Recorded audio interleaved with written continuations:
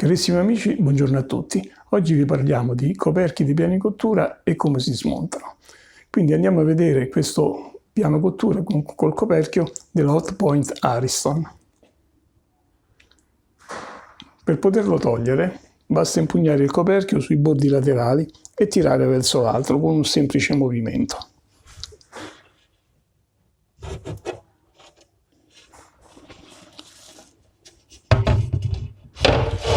Una volta tolto il coperchio, se volete fare una pulizia approfondita della zona, basta svitare queste viti che tengono fermi i supporti, fare le pulizie e poi rimontarlo. Quindi ora lo possiamo rimontare, che si fa all'inverso. Quindi si prende il coperchio in posizione verticale, si fanno entrare nei supporti.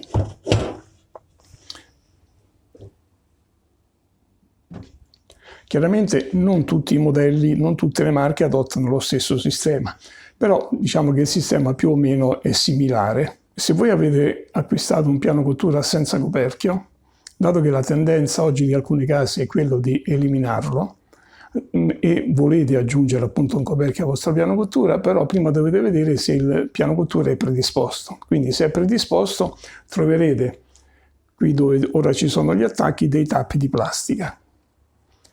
Quindi una volta tolti i tappi di plastica è possibile montare il coperchio e tutti gli accessori per poterlo montare lo troverete nella confezione del coperchio che andrete ad acquistare.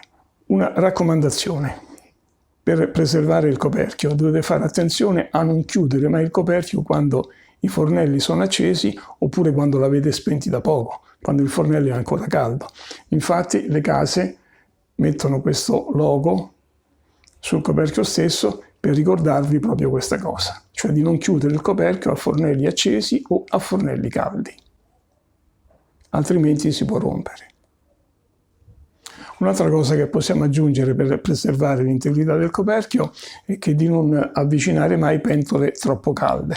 Infatti la casa costruttrice ha messo il fornello piccolo più vicino al coperchio perché qui voi sicuramente metterete delle pentoline piccole.